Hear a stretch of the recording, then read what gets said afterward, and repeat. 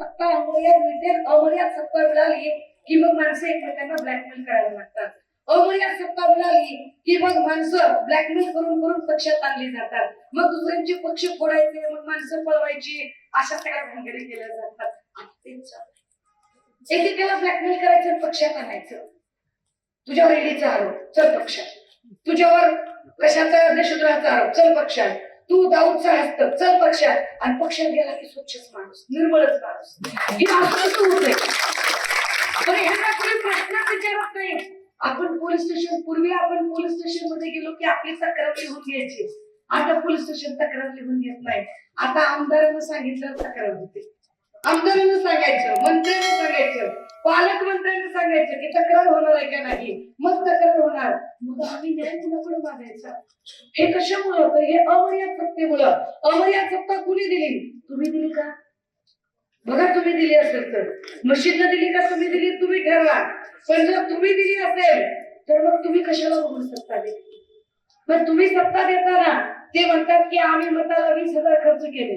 मताला 20,000 कुठून आणले? त्यांनी कुठून आले मताला 20,000 रुपये? दारूच्या धंद्यातनं, मटक्याच्या धंद्यातनं कुठून आले तुमच्या मताला 20,000 रुपये? नसच्या धंद्यातनं, 2 नंबरच्या धंद्यातनं. हे सगळे चोर, बदमाश, गुन्हेगार, बलात्कारी, भ्रष्टाचारी सगळे पक्षात घेणार तुम्ही आणि त्यांच्याकडून तुम्ही निवडणुका लढवणार आणि त्या निवडणुकीतनं काय करणार? लोकांची पक्ष फोडणार. दादा हो, 3 वर्षाचं लेकरू सुरक्षित. 3 वर्षाच्या लेकरावर रेप होतो.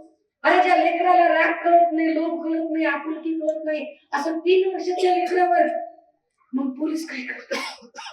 मागच्या 36 तासामध्ये पुण्यामध्ये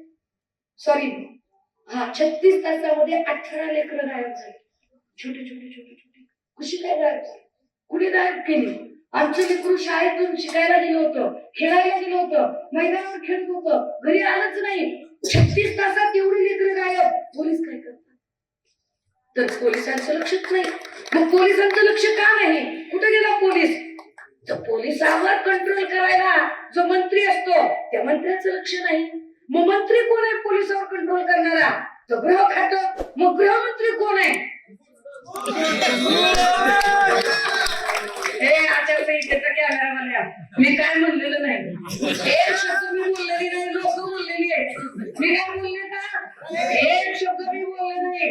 लोकांच्या मनातलं लोकांनी सांगितलं, लक्षात घ्या. कोण आहे गृहमंत्री दादा? फडणवीस साहेब गृहमंत्री आहेत. आणि मग त्यांनी का लक्ष द्यायचं नाही? तर त्यांचं लक्ष कुठं आहे? त्यांचं लक्ष कुठं आहे?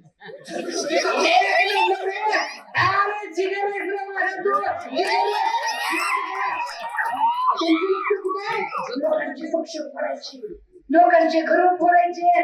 बापात लेक नाही, भाऊ भावाला ओळखना, सुद्धा पुतण्याला ओळखना, आई बाप लेकाला ओळखना. लोकांची पक्ष फोडायची, लोकांची कुटुंब फोडायची, लोकांची माणसं पळवायची. सगळं लक्ष त्याच्यातच. कशाला तुमचे प्रश्न सोडले? कशाला शेतकऱ्यांचे प्रश्नांकडे बघते? कशाला इथले शेती मातीचे प्रश्न, इथला शेतकऱ्यांचा प्रश्न, कशाला एमआयडीसी, कशावर तुमचं लक्ष नाही? दादा हो, तुम्ही विचार करा. 10 वर्षापूर्वी तुम्ही सगळे माणसं, 10 वर्षापूर्वी जर आपण बघितलं तर गावागावातली सगळी माणसं बघितलं. मराठा, साळी, माळी, कोळी, तेली, तांबोळी, आतार, बाबाळ, सुतार, कुंभार, इथला बेरड, बेस्तर, रामोशी, बेवडा, भिसारी, कैकारी, कडकपारी, कुंची, कोरवी, चंदनवाला, माकडवाला, अस्वलवाला, सगळीच्या सगळी माणसं गुण्या गोविंदाना गावगाड्यात 18 पगड जातीची माणसं एकत्र राहत होती. होतं का रे? हे मराठा, ते ओपन, कुणी काढले? हे ओबीसी, ते ओपन, कुणी आणले? हे नव्हतं 10 वर्षाखाली दादा. हे जाती जातीतलं असलं भांडण नव्हतं दादा हो.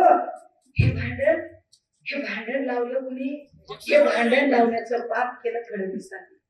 हे भांडण लावण्याचं पाप फडणवीस करतात. माणसं माणसात राहू देत नाही. प्रत्येक गोष्टीमध्ये इंटरफेअर. पोलीस स्टेशन निरपेक्षपणे तक्रार नोंदवून घेत नाही. शेतकऱ्याला आपलं म्हणणं मांडता येत नाही. अरे याच्या आधी आंदोलन करणं आपला अधिकार होता, पण आता आपण आंदोलन करायला लागलो की ते लाठीचार्ज करतात, गोळीबार करतात.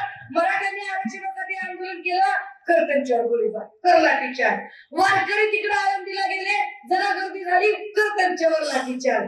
तिकडे त्या कोकणामध्ये लोक आंदोलनाला बसली, कर त्यांच्यावर लाठीचार, कर आशीर्वादाचा वापर. एमपीएससी युपीएससी ला आपले भाऊ बहिणी शिकायलेले जे पुण्याला शिकतात, ती लेकरं आमची जागा वाढ तुम्ही केली नाही, तुम्ही 2 वर्षात भरतीच काढली नाही, आमचं वय चाललंय, आमच्या गावाकडचा आमचा शेतकरी बाप ते पैसे देऊन देऊन थकला, आम्ही अभ्यास करतोय, तुम्ही का जागा वाढवली नाही? म्हणून पुण्याच्या चौकात सगळी पोरं आली. काय केलं? एका पोराला उचलायचं, पिंजऱ्यात टाकायचं, मारायचं, दांडके घालायचे. ही मस्ती कशी आली? ही मस्ती सत्तेमुळे आली. सत्ता कशी वाढली?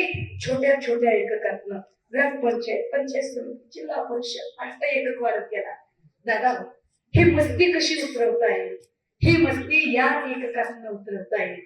ही मस्ती उतरवायची असेल तर पंचायत समिती, जिल्हा परिषदेला काय निर्णय घ्यायचा तो तुमच्या हातात आहे. मी तुम्हाला अजिबात सांगणार नाही की मशालीला मत द्या म्हणून. अजिबात सांगणार नाही.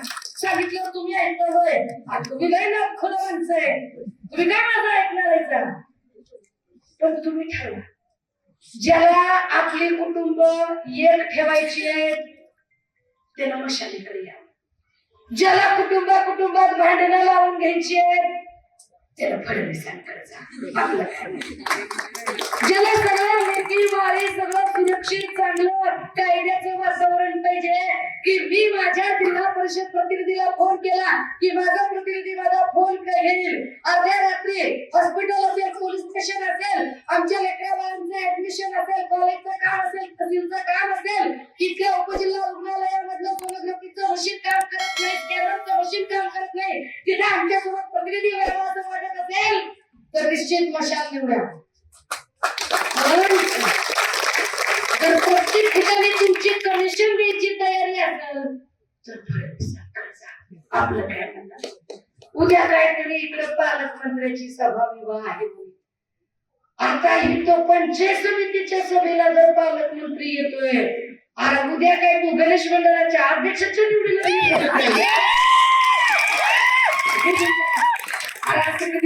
वातावरण.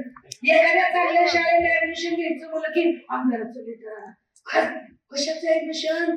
पहिलीच्या ऍडमिशन, आमदाराचं पत्र.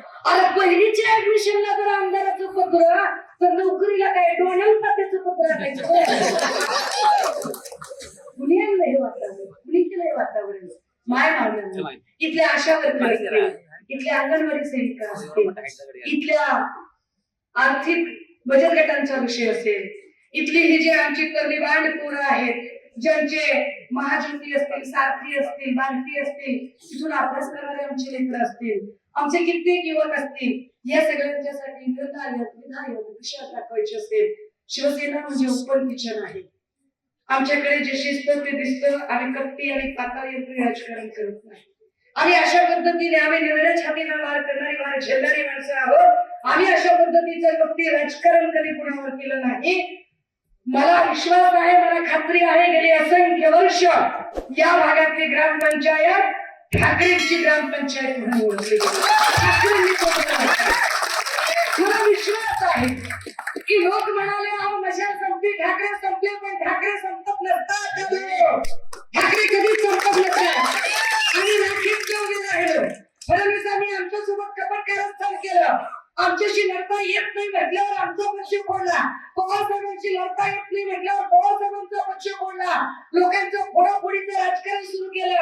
आणि चितेची राख जिथं शांत झाली नाही, चितेची राख शांत व्हायच्या आधी तुम्ही सत्ता पाठव मांडायला लागला. आणि विशेष म्हणजे आस्तिक कलशाचं मार्केटिंग करता.